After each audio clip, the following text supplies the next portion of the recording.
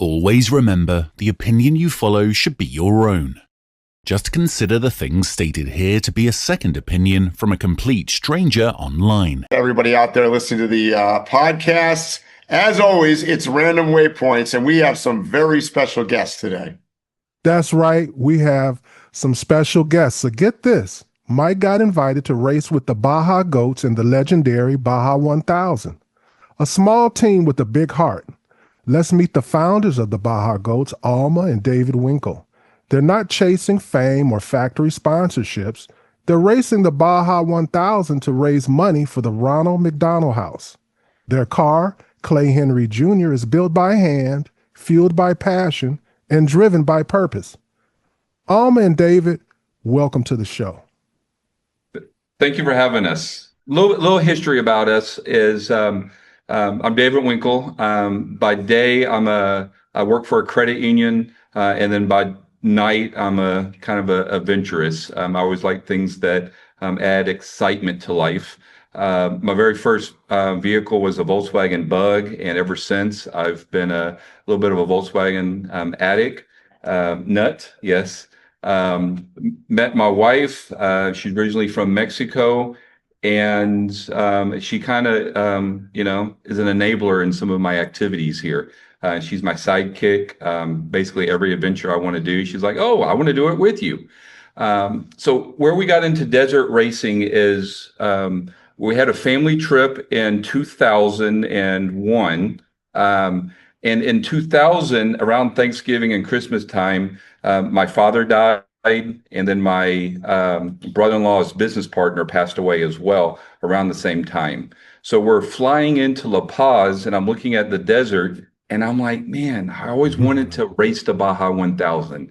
And the Baja 1000 was kind of founded on Volkswagen air-cooled motors. And I was talking with my brother-in-law, and I'm like, hey, I would really love to race the Baja 1000. And he says, yeah, Seth and I used to, which was his business partner that passed away, said, yeah, we used to always watch Dust to Glory, and we always wanted to do that.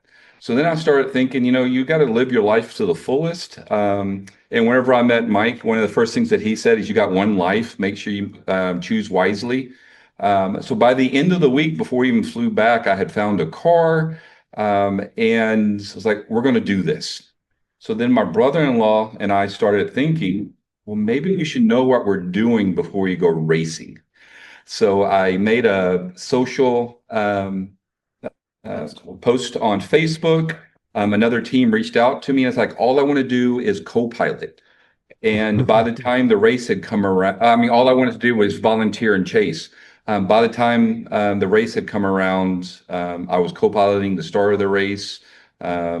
Several of the other Baja Goats were co-piloting as well, along with my brother-in-law, and we ended up winning our class. And I really should have. What year was that? That was in 2001.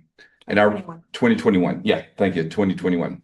And I really should have retired right then, because gone out on top, right? Cinderella. Yeah. But we wanted to do it in our own car, right? There's something about building something yourself, building your own team, and racing. So Alma and I were talking about, well, how can we actually do more than just race, right? You spend a lot of money out in the desert in this, and it's our passion, but how can we actually make a difference? So if you ever have watched Dust to Glory 2, there's Dennis Hallenbeck, and he actually has a Class 11 vehicle, and he raises money for an orphanage in Mexico. And in that, and I highly recommend it, if you can find Dust to Glory and Dust to Glory 2 on YouTube for free, you can watch it.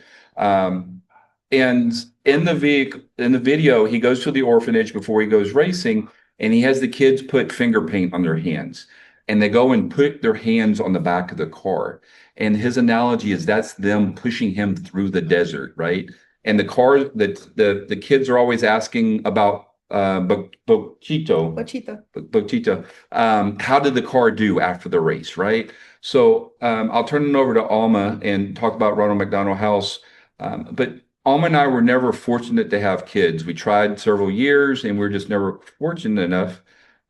So this is really our way of raising money for the Ronald McDonald House charities. And we try to videotape stuff, share it with the kids. And it's a way of us bringing the kids along for the adventure, because the Ronald McDonald House, it's a way to keep families together as the kids are going through medical treatment. And I'll let Alma talk about more about that. But they're confined, right? Long weeks, months, years, sometimes getting these medical treatments. So sometimes we share our adventures as a way just to break that monotony of those treatments. So let me turn it over to Alma, because I like to talk a lot. And she's going to give it to you all in Spanish now. I can't. English. Yeah, maybe we'll do English. Alma Winkel. Yes, I'm along for the adventure. It was definitely not something that I ever expected to do or ever dreamed of doing, but it was a childhood dream of David to compete in this Baja 1000. And I've definitely learned a lot from him over the years. We're 24 years into the marriage, so definitely a few adventures here and there. And yeah, I sit on the board. Helicopter. We got a helicopter going over. Don't mind that. Here. It's probably a chase vehicle for one of the pro teams. Yeah. So I'm on the board for a board member for Ronald McDonald House Charities of Greater Houston. Okay. And I've been blessed enough to serve on the board for many years, and it's just become a passion. So by day, I'm a banker. I work for a bank in the McDonald's division of that bank. So I'm very connected with the McDonald's space. And that's how I got introduced to the charity by a former customer.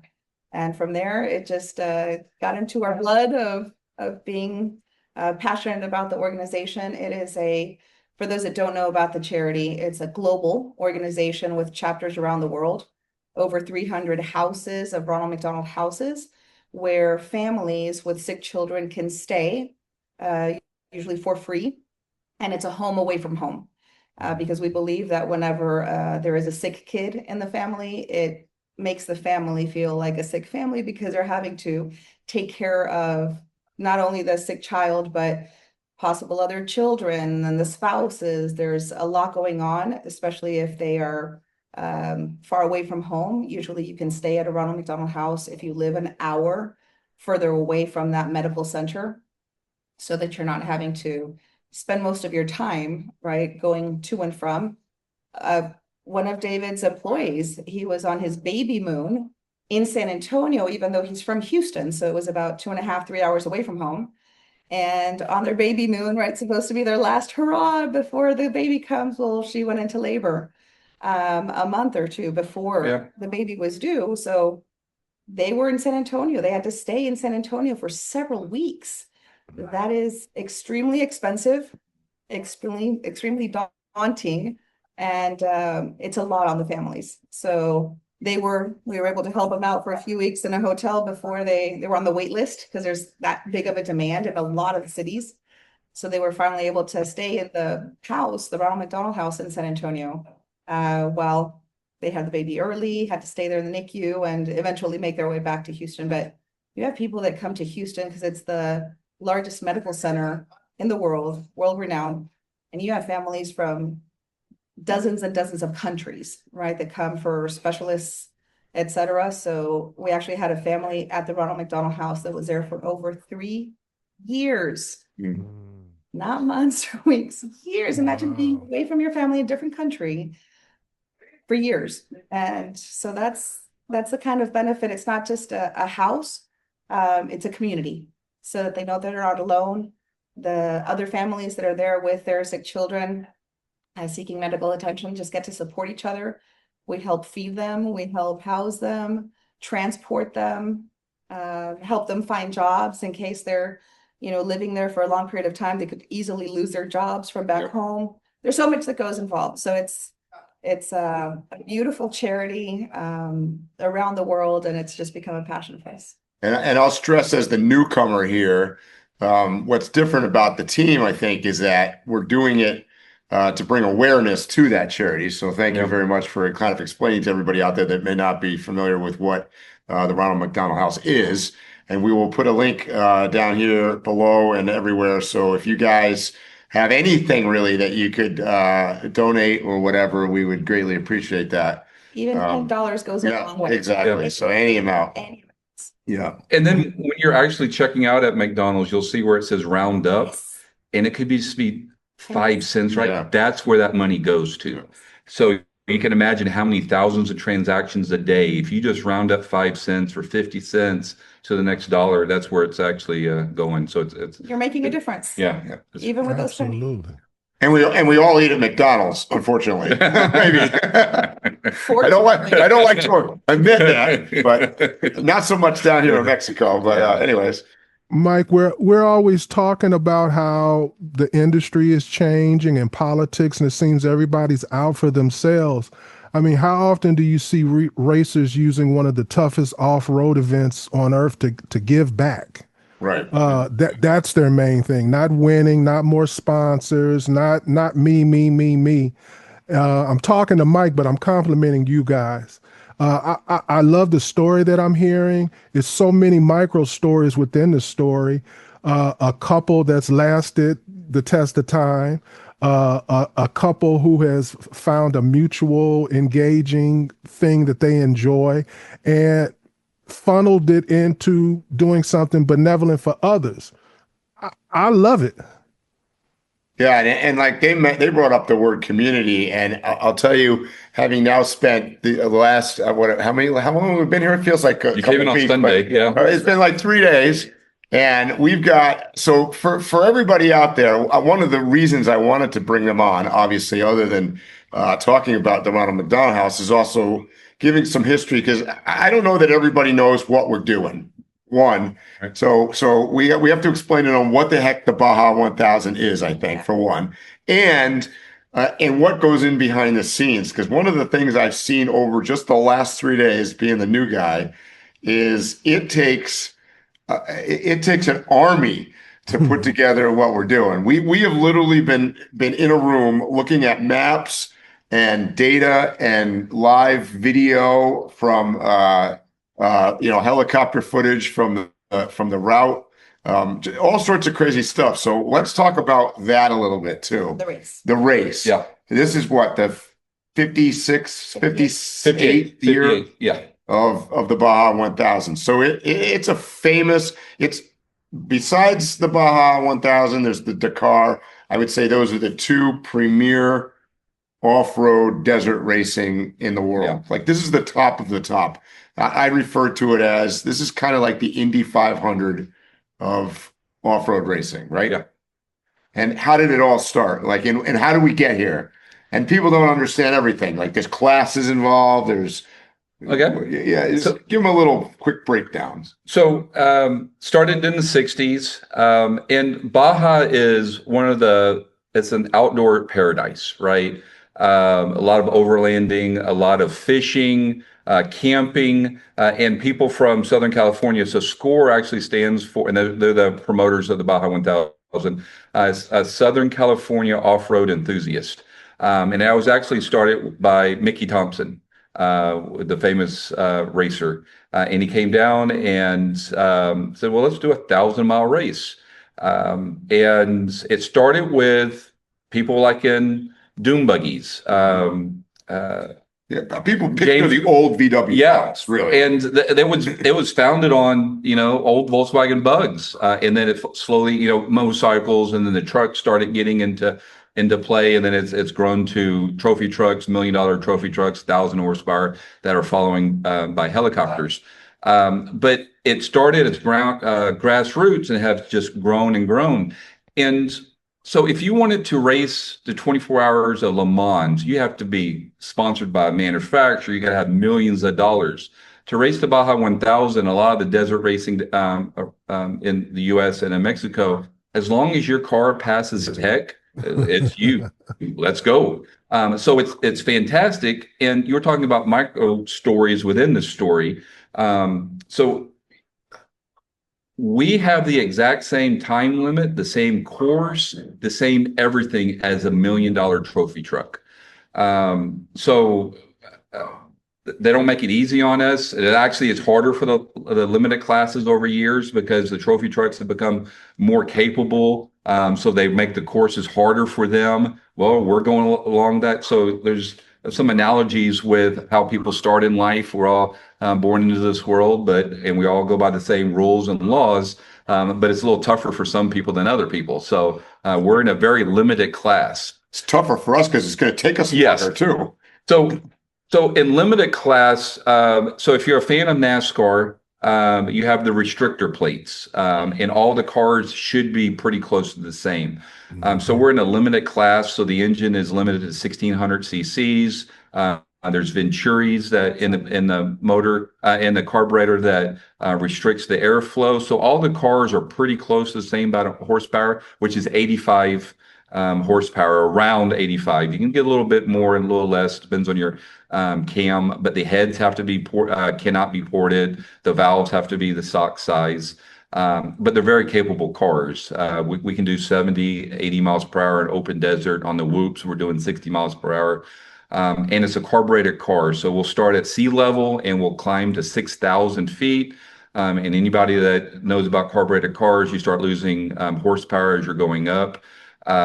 So it's very demanding on the limited classes. But the nice thing about a limited class is who wins is who prepared the most, whose car did not break down, who actually is the best driver, and actually who has the best luck, right? Because a lot of times it's luck that you didn't get stuck in a certain area or your car break down, or your pit crew gets to you.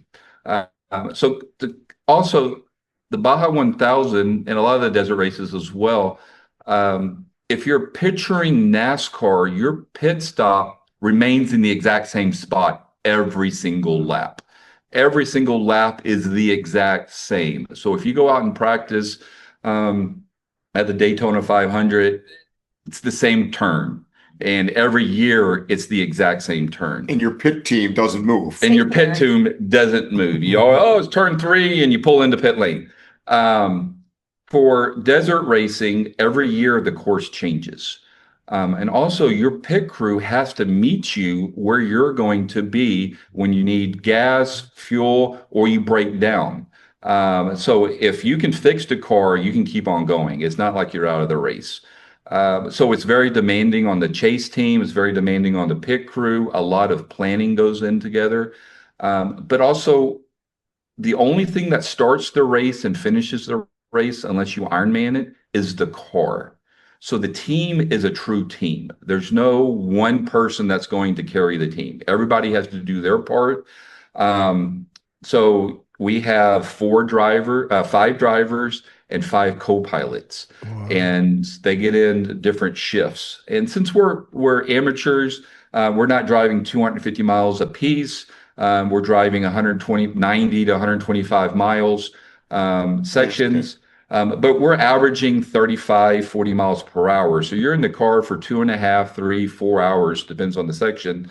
Rest, but you get in again. Yeah, you rest, you get in again. But also, whenever you get out of the car, you don't get just to hang out in air-conditioned pit room. You're in your chase vehicle driving another 500 miles on Mexican roads to meet the car up again. So the race is 36 hours, but if you look at it, we'll probably be up 48 hours, right, just with little naps. And I don't know if I mentioned it, the race is what, 859 miles? Yeah, so it's about 850 miles. It ranges by year.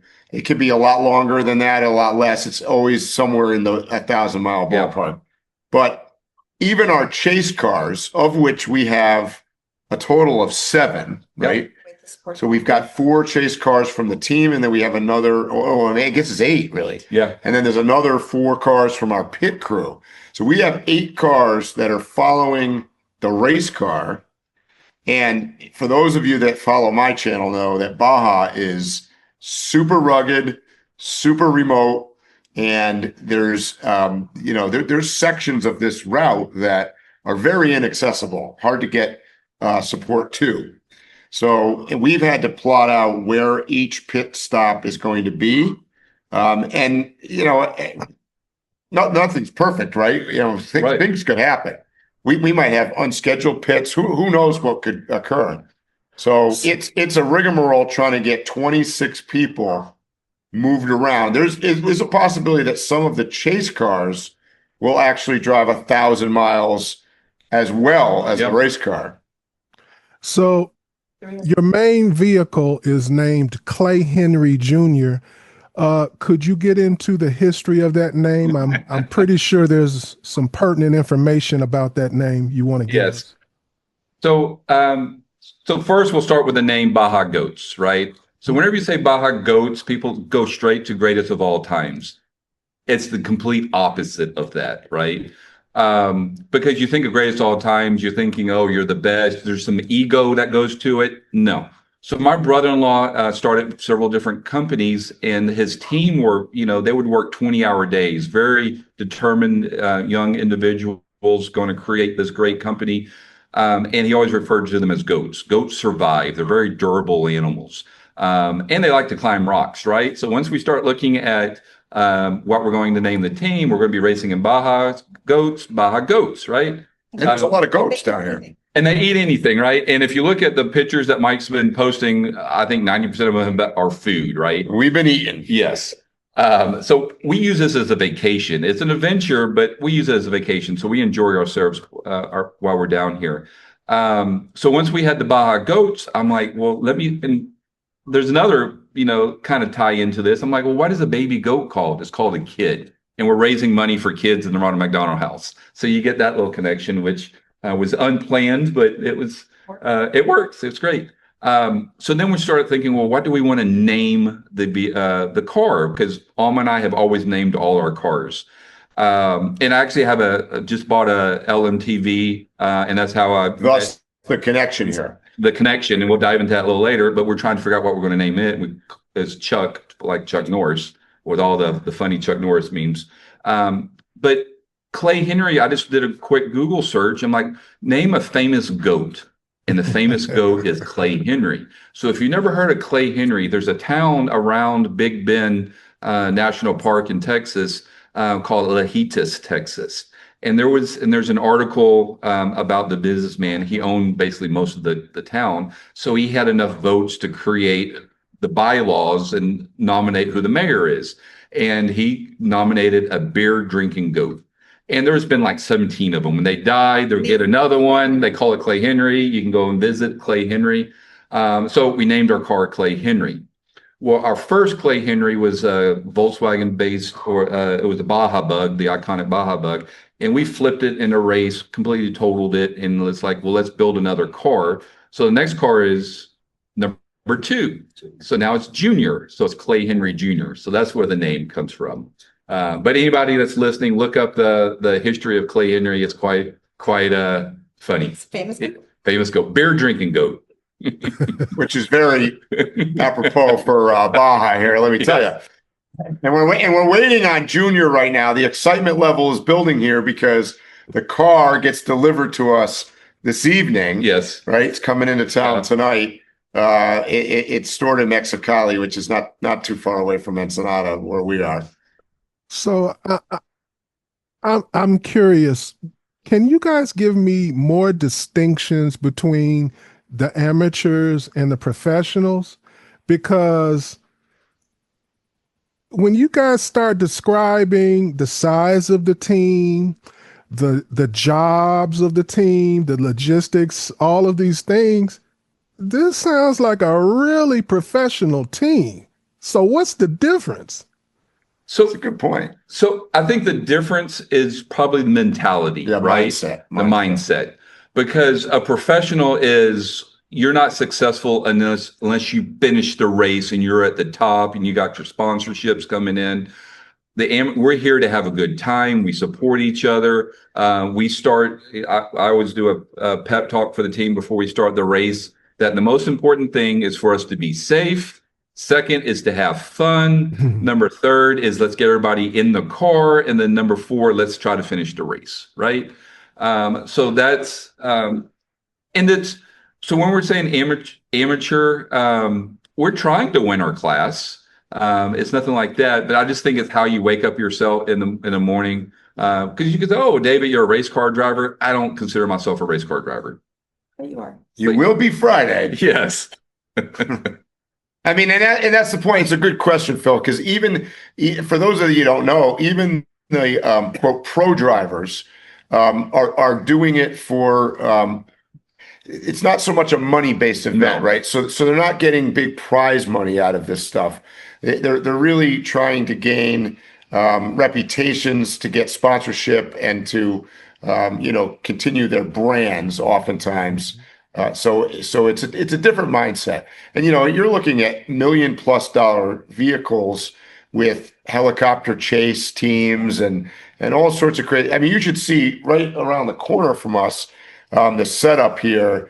You would think that there's there is a huge event in town. Yeah. I mean, it's a big deal, and it's a really big economic deal, particularly down here in Baja, Mexico.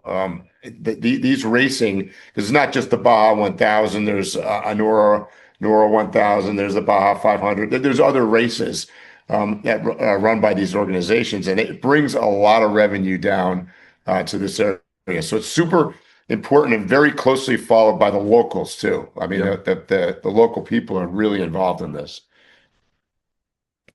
right? So, Part of the economy of Baja. yeah, it's definitely part of the economy. well, and that's something that has caught me off guard coming down here is how everybody in the city is a fan of. This is what they live for. This is their 4th of July. This is their memorial. They're all out on this. They closed the schools for the week so the kids can come out. So whenever you go to Formula One, NASCAR, there's always a chain link fence between you and the car. There is no fences down here. People can walk right up to touch the car. If you roll over, they love coming out and helping you get back up. Yeah. They take pride in helping you get going, right? So they're actually participating in the race. Now you'll hear the rumors, there's a small section of fans that like to put booby traps and stuff out there. But 99.9% of the people are there to help you, make sure that you have a good time, cheer you on. There's farmers out there that have their tractors. So if you get stuck, they're ready to help you and they pull you out. Now you're paying a local tax or toll to the farmer, but that's only fair. You're out there and they're helping you out, so you pay a toll for them. It's a bonus. But there's people out there with welding machines. You break down, let me help you weld. It's one of the things that I don't think a lot of people know, that this is an open course per se, meaning that it's run on a combination of public roads, sometimes over private land that's ranches and whatnot, but it's accessible to everybody. I mean, you could meet all sorts of things on the road. You can meet other cars, you could meet cows and goats and sheep and whatnot.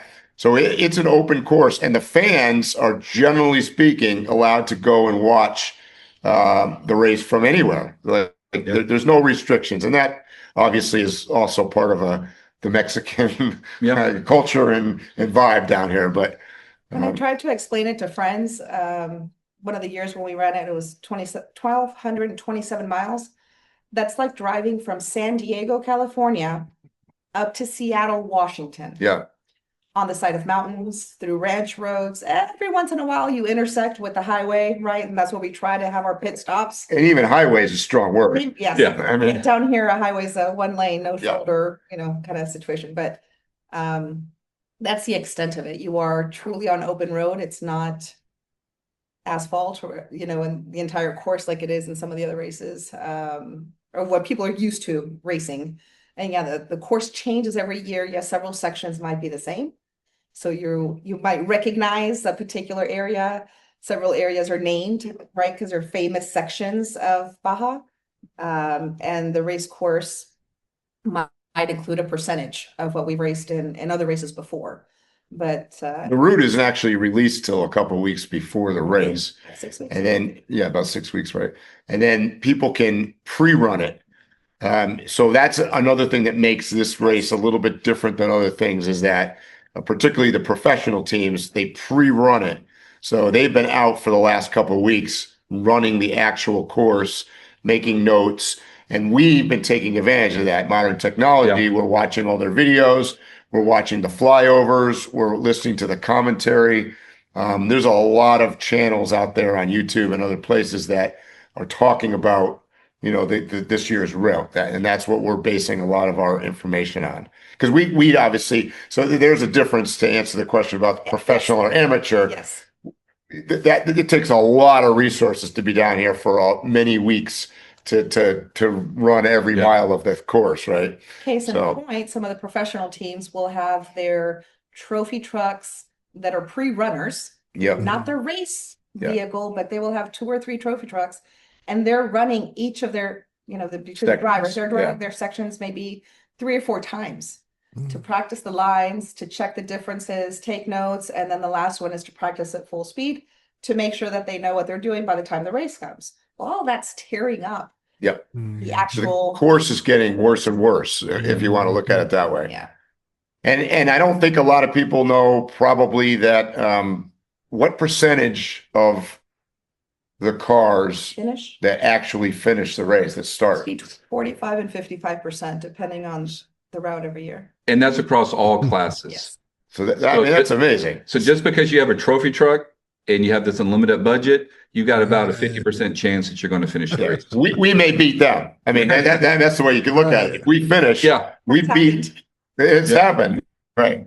So it's. I can't overestimate the challenge involved in the terrain and the course. It's incredibly difficult. So, and to go back to a professional versus amateur, everybody on our team, not a single person has had racing, off-road racing before they joined the team. And basically almost every race, we're bringing in someone new in. They come in as a co-pilot and then they upgrade to a driver. And that's how I started. I started with Jorge with Baja Jag. He allowed me to be his co-pilot. I had never been in a race before. I bought a helmet. I'm taking the price tag off, the contingency. I had never been in his race car. I get in the race and we go 150 miles. And I'm like, oh my God, what am I doing? You suck it up and you get it done. Recommended to start right. But so for people out there listening, and because I know I've had a zillion questions this week, Mike, what are you doing? Explain to them what the role of the people on the team is. So what does the driver do? What does the co-driver do? What does a pit crew do? Yep. What is Alma doing for all day long for the last week? I don't know how long. What is everybody doing? The driver has 2 responsibilities. Drive, don't die. Yeah. That's it. Drive. And for the record, the driver, if we win or do well, it's the driver's glory. They get the glory. If we do something bad, my understanding is that it was the co-pilot's fault, right? Yeah. So what is what am I doing? So everybody always wants to be the driver, but really the true hero is the co-pilot. So Alma touched on it. The driver is don't die, stay on the road, right? Because you're just concentrating what's right in front of you. Where you get your speed is having confidence in your co-pilot that they're actually looking at the GPS, telling you if it's a left turn or right turn coming up, because you don't have a chance to look at the map and like, oh, this is where we turn. So if you break down, it's the co-pilot that gets out and tries to fix the car. They're the ones that are changing the tire on the car. They're the ones that are navigators. They're the ones that looking at the Stella, the race computer. Yeah, letting people pass or you're passing somebody. They're the ones that are communicating with the chase team, where you're at, where you're going to get. If there's something wrong with the car, make sure that and the driver is just driving, don't die. The guy on the gauges, oil pressure, fuel, and it's lights, managing the lights at night. So you're driving at night. They're giving me I don't know if you guys are hearing this, but they're giving me an awful long list to focus on. Right. I'm taking notes over here. Yeah. Yeah. Well, and the funny thing is you hit silt and your mask is all covered in dust. The co-pilot's first responsibility is reach over there and wipe the visor of the driver, because last thing you want to do is have the driver distracted, cleaning his vision and run off the road. So the co-pilot is extremely instrumental for the success of the car. So no pressure, Mike. Yeah, I mean, I've been to say I've not been studying for the last couple of weeks is an understatement. But we actually have had success with bringing new people in. Everybody's been new that has come in. At the Mint 400 last year, we did a fundraiser for the Ronald McDonald Houses of Southern California. One of the owner-operators in Southern California won the auction, and her husband actually started with me in the Mint. He had never been in a race car before.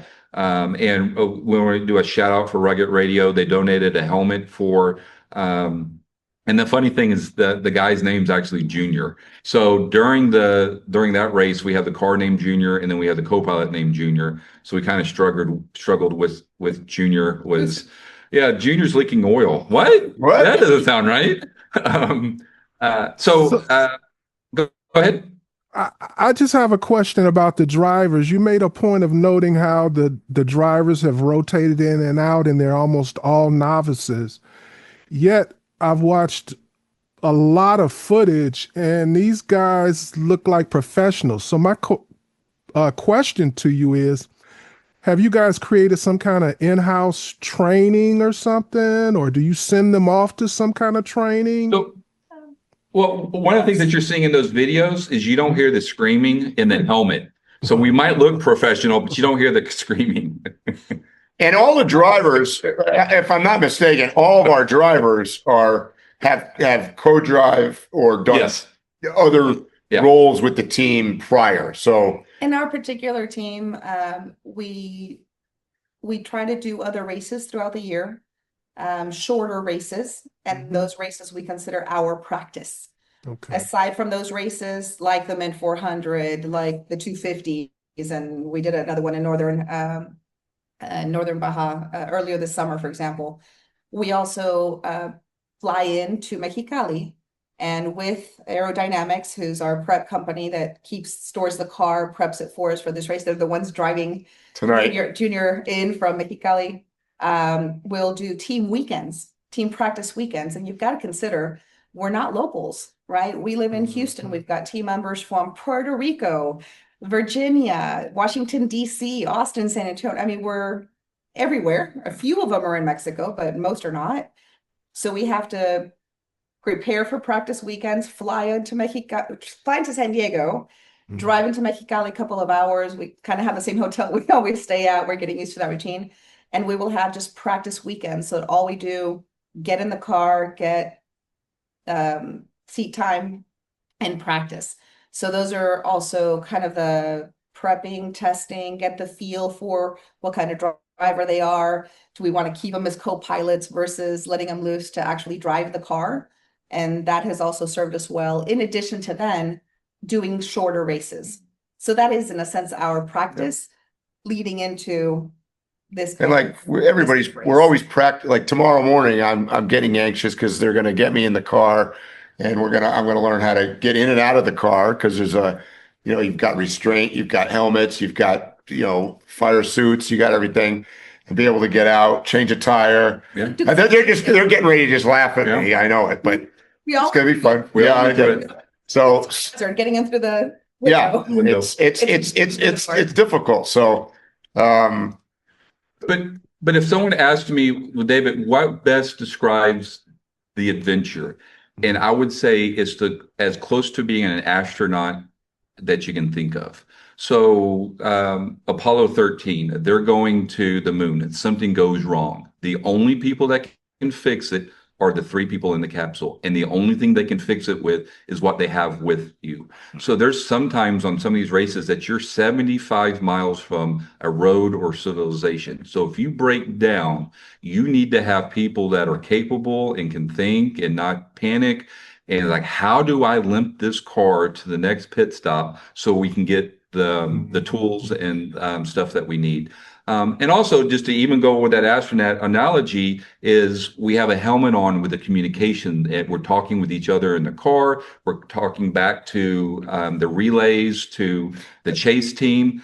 And then we even have a fresh air supply coming in, so we're not breathing in the dust. Yeah, and you bring that up. I mentioned to him, kind of explain the tech involved in this, because the car has quite a bit of tech. The chase teams have tech. Yep. What all goes into that? So we have an intercom system so the driver and co-pilot can communicate. So if you're just talking, that's the standard. If you want to talk to the chase team, you have to hit a button to talk outside of the vehicle. Also, we have a Lawrence GPS, and that shows it's right in front of the co-pilot, and that's the course, trying to stay on the course. And the thing that you just look back and how this started, you used to have a paper map, and these guys are going off in the desert with no radio, with a paper map, and you're like, those are the real heroes. And I'll circle back and remind me if I don't talk about Class 11, they call it the Warrior class, but I definitely want to give them a shout out here in a minute. But the other tech that we have on the car is we run a Starlink Mini on the back. And what Of course. Right. And right now, so anybody out there listening, we need somebody to develop the technology that we can just use that as a sat phone. But right now, it's still manual. But that's basically allows the team to check in on the vehicle. But also, if we break down, now we can FaceTime with or video with the chase crew for them to help us get that expertise on fixing the car. And also, we use a Garmin InReach Mini. That's connected to a iPhone for texting. So if we break down in the Starlink, you're looking at redundant systems throughout this entire thing. And that way we can communicate back to everybody. We run GoPro to kind of capture the Insta360s as well. We've got Starlink on the chase car as well. Chase cars. Not all the chase cars, right? So that's also maybe a difference between the larger teams and budget wise. Sure. But yeah, we'll have to connect whenever there is signal in cities as you're driving the route. Yeah, I would say 60% of the route, maybe even more than that, is out of cell coverage range here in Baja. It's at least 60% of it, maybe more. And there's, you have to have that huge trust between the driver and co-pilot. If we get out there and I get injured, I'm relying on Mike to make sure that I'm not bleeding to death and put me in the car and drive to the first question he asked me on the phone was, do you drive standard? Yes. I go, yep, check.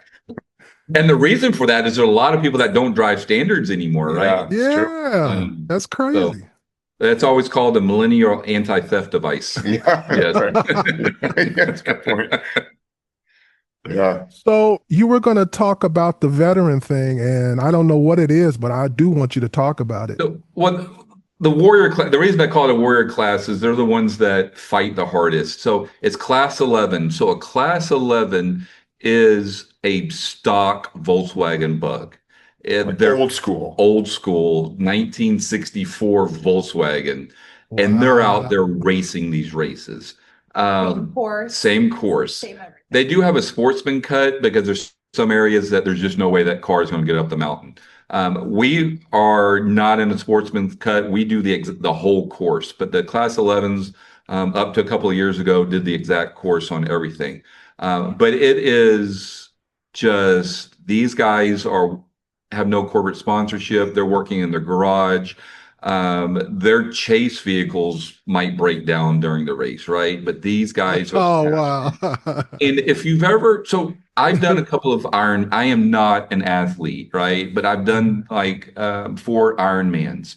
And the people that clap the loudest are the people that are finishing that 1 second before the cutoff midnight time, right?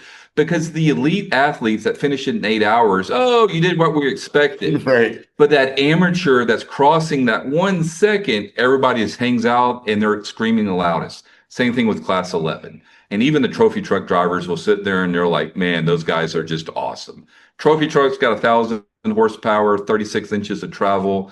Volkswagen Bug, 75 horsepower, 11 inches of travel. Imagine Herbie. Yes. Yeah. Out there, Herbie. It's Herbie. The Baja 1000. Yep. Yeah. Yep. And for those of you that are listening that don't realize this, a lot of Volkswagens were made, particularly the Bugs were made down here in Mexico. Yeah. They're hugely popular. Even where I live, I mean, there's Bugs all over the place still. Yeah. Like you very rarely see them back in the States anymore, I think. But down here, really, really popular. And they're a great off-road vehicle because the engine and weight and transaxle is all over the rear tires. You get great traction, and they're very light and a smooth bottom, so you can actually glide over stuff. But they're very, very durable vehicles. But shout out to those guys because we wouldn't be here without that class. I mean, that's what started this whole craziness. And ever since UTVs came out, most people and racers have shifted to that because of the power and the ability of terrain and everything they could do. And there's still several in that class of 11. So those are the ones you want to root for the most. Yeah. And we love our class 1600 because you're still shifting. It's got a Volkswagen bus transaxle. We run Porsche 930 CV axles. It's a very durable car. It's like a battle axe. But there's just something about shifting, getting that right gear, right power to go up a hill, and like, oh, it's like a ballet. Versus just a vehicle that you just push the gas and, oh, let's go, right? And it's I guess you can say romantic, of having a vehicle that you actually shift. We're not taking drive. our turn cues from the helicopter. Yes. So, what are the lifespans of these different classes of vehicles? I don't mean their overall lifespan. I mean, once you've decided I'm going to start using this vehicle in these races, what's typically their lifespan? See, Phil's got a good question, because I asked you that this morning. I was shocked at the lifespan of the engine in the one that our car. So the funny thing is, you would say Volkswagen. You're like, oh, that's a very cheap class to run, right? It's a Volkswagen. They're cheap cars. It's actually one of the most expensive ones on maintenance. It's absolutely just, when I say it's romantic, you spend money for romance, right? Mm-hmm. And that's what we do. So a race engine, so we have a brand new engine for this race. After this race, we'll have to rebuild it. So you normally get about 1,500 miles out of a. I'm sorry. Did you say after one race you have after a 1,000-mile race? Yeah, you would rebuild that motor. We'll probably have a practice weekend, but the mindset that you want to do when you're racing is kind of like an aviation mechanic, that you have cycles that a part goes through before you replace it. You don't use it until failure. So we'll rebuild our motor before the next big race. Suspension parts. So tires normally last one race. Transmissions, we might go a whole season with a transmission. So we might put 2,000 miles on the transmission before it's freshened up. But after the race, we'll prep the car so it's completely disassembled. They'll magnaflux all the major components to look for cracks. There's certain bearings and seals that you just replace because you've already taken them off. You're spending the same labor to put them back on. Might as well put that new seal in. And then the motor basically gets rebuilt. And whenever they rebuild the motor, they replace the pistons, the jugs, they'll machine the heads, new cam because you already have it open. So if you're how many races though? Yeah, right. You're doing during the year. Yeah. It depends on 250 miles versus Yes. Yeah. all of that kind of factors in. And how brutal it is. And So it sounds like a vehicle, if it makes it through a season with minimal maintenance, that's a successful year for that vehicle. That you're successful if you make it, but minimal maintenance is normally not going to get you through an entire season. Well, I meant like minimal maintenance for that type of vehicle in that environment. Yeah. You know, right. Yeah. So Now, if you roll the vehicle and brush in the top of it like our yeah, so it's good to know in my position to know that it's actually happened to them. yes. So Oh, wow. So we're seasoned at it. And we got some great videos online. we got great videos. Some good barrel rolls and stuff like we that. start, they're okay. Yes, Yeah. everybody's okay. All the people are okay. Well, and really, so for the 1,000 or any race in Mexico that you're actually chasing, you're safer in the car than you are in the chase team, because the chase team, you're out on major highways. You can get an accident there. The race car is made to protect you. So if you do roll over, we haven't ever had any major injuries. So, but we've had some cliff dives. Fishgistics has a video of us in the 2021 race that we went off probably a 36 to 40 foot cliff. And the way they've got the video is Concrete Motorsports, trophy truck, big trophy truck. They had gone off of the same cliff, and they're recording their recovery. And then our car's coming around, and they happened to video us going off. Well, they had a whole, they had a neurosurgeon with them. They had paramedics, and they checked out our team. Everybody was fine. They helped us roll the car back over. And we went another 350 miles in the car. You don't give up. Middle of nowhere, Mexico. Yes. And they got it on video. Yeah. And said- the way I found out that the car had gone off is I don't speak much Spanish, and I hear them, the team talking about a ravine. And I'm like, oh, you probably mean a ditch. The car went off in a ditch, not a ravine. No, it went off in a 30-something foot ravine. And somebody had texted me or sent me a messenger on Facebook and showed me the video. I'm out in the middle of the desert getting live because they had Starlink. And I said, oh, there's my car going off the cliff. We had to pause the video, zoom in on the roof of the car, and we're like, that's our number. That's our number. Yeah, that's how we found out. So Phil's right now, he's analyzing. He's like, I wonder, can I keep the podcast going by myself? Well, with AI now, they can probably do it. Yeah, just AI me on. Well, no, that would be a great thing, Mike. I think I could go like a year with like rest in peace. This is dedicated. The show is dedicated to Mike. Yeah. Oh, no. Hey, let me give you my Zelle information. I can make that happen for you. Yeah. So I want to round back to something that interested me is can you guys get into the different ways that a person can contribute, donate, whatever it is to Ronald McDonald House? Absolutely. So we've been fundraising primarily for Ronald McDonald House Charities of Greater Houston, because that's the board that I'm on and we're based out of Houston. But the mecca of off-road racing really is in Southern California. So we've switched gears, and I have a lot of friends and customers in Southern California. So the link that we'll provide is the fundraising that we as Baja Goats, with Michael's help and your help, we're fundraising for Ronald McDonald House Charities of Southern California. So that is 7 different houses that are in the Southern California area, from LA, Orange County, all over that market, including Camp Ronald McDonald for Good Times, which is a camp where kids that are sick, that have cancer, can actually go with their families, have a sense of normalcy of being outside, having camping experiences, again, to get them out of their reality and treatments and such, for as long as we can. And they have specialized doctors and oncologists and such that support them there at the camp as well. So that whole Southern California chapter has a lot of programs, not just the houses. And so that's the fundraising that we're doing right now, is for the Southern California chapters of Ronald McDonald House Charities. So I'll make a point of getting those links from you guys. Yep. Absolutely. So anybody listening, they should be there. I've been tagging them on, and I will continue this week of tagging them on all of social media. Just so you guys know, I've been kind of on board here doing the behind the scenes stuff, which I'll continue all week.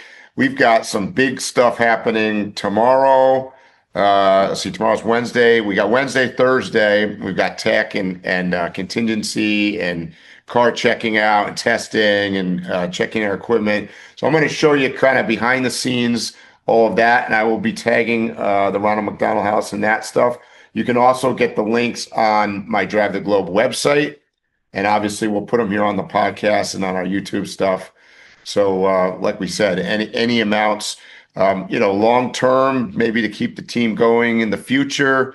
We'll obviously always looking for bigger partners and whatnot that are out there that might be listening to this and are excited about it. And all the sponsorships, all of the names of the companies that you see on the side of the race car, those are sponsorships, but they have been donations to Ronald McDonald House Charities. We have been thus far a self-funded team, so we're paying for absolutely everything. And from there, yes, we're always looking for sponsorships. Again, the largest majority would go to RMHC, in this case right now for Southern California. And we have a lot of projects coming up, a lot of special things that we have planned for the fundraising even into next year. Very exciting things. But yes, always open to seeking support. And we've raised over $120,000 for the Ronald McDonald houses so far. And we would love to double, triple that. Yeah, a lot of that sponsorship or donations really have been from US Bank, from McDonald's owner-operators from coast to coast in the U.S., especially also the Houston Co-op for McDonald's operators, the Coca-Cola Company, Avenue CDC in Houston, and we've got, who am I missing here? Luna, which is one of our drivers on the team, and Glenn Gordon Manor, that is also owner, is one of the drivers on the team, and his son. So that's a father-son duo that are starting the race actually this year for us. To everyone listening, even if you're not interested in the race, make sure that you contribute and support this race. This is a unique time. Maybe you've never contributed or donated to a cause before, but right now, the biggest talk in America is about supporting one another, about lack of food and medical care. Help these people out. Well said, Phil, and couldn't agree more. It's one of the reasons that I came on board, because I know that we have a lot of people that listen to us and view us and whatnot. So it's a great cause. Super excited to be involved in it, and going forward, I mean, that's one of the nice things about doing something super cool. Because let's cut to the chase, but this race is super cool. It's a super cool experience. It's a great group of people. But being able to put that logo, the Ronald McDonald House logo, on the car, and then people hearing about it through all of us having all of this excitement is what we're looking to do, obviously, to get it out to a wider and wider audience. So I mean, that's really the goal, right? And this link that we'll provide is going to be for the Southern California chapter. But if you're at home driving through McDonald's, ordering on your app or through the drive-through, just say Roundup, and those pennies will go to your local chapter. This is near and dear to me because Michael will tell you, I've talked to him online and off about my daughter and some of the medical issues that she had. And I always speak about how I was fortunate enough to be able to spend the time with her or whatever. But like, I would be in the hospital and I would see little babies in the hospital by themselves, and a nurse is literally being the mother, walking the child around the place and everything. And I just think that's a big deal, being able to spend time with your child when they are incapacitated in any form. Keep the family together. I appreciate you guys coming on here, and I appreciate the work that you're doing, and I hope you continue it. All right. Well, thank you very much. We will. Thank you for your support. Yes. Thank you. Absolutely. Mike, is there anything else you want to say? Well, I just want to say I hope to be on the podcast in the future. All joking aside, I have been having a blast for the last couple of days here. I mean, it's an interesting experience flying in to a city and meeting a group of what totals, strangers. Yeah, we're 20 strangers. We've been having a blast. We've been working hard. Don't get me wrong. We've been working all day, studying routes and whatnot. But we went out to a beautiful restaurant last night. Had a great time. Shout out to Deckman's. Shout out to Deckman's. If you guys ever travel down across the border into Ensenada, up in Valle de Guadalupe, up in the wine country, there's a place called Deckman's, and we went there last night. I can't. Yes. One of the best restaurants I've been to in the world, quite honestly. It was amazing. Michelin starred, right? Yes. A Michelin star. So we had a really great time there. But in summary, it's been an adventure. So glad I'm here. That was the calm before the storm. That was. Yeah, right. So now we're joking. Now for the rest of the week, it's peanut butter and jelly and figuring out how to put our diapers on. We'll get into that more in some social media videos, but I'll do a diaper tutorial at some point. So are you guys done for the day, or is there more work? Oh no, we're not done. No, we got to go review. David and I have to go review our second section of the route. we're watching the video flyover and studying, because they put all sorts of, danger points and virtual check-ins and whatnot on there. So the more you know before you get in the car, the better. Yep. Does anybody have anything they want to say before we get out of here? No, we're good. I think we're good. Yeah, you guys covered concisely pretty much everything. I appreciate that too. All right. Good. All right, guys, you know what I'm going to say. Stay safe, tread lightly, and hopefully we'll see you here or on a trail soon. You have been listening to Waypoint Overland's Random Waypoints. Like, subscribe, and stay tuned for more.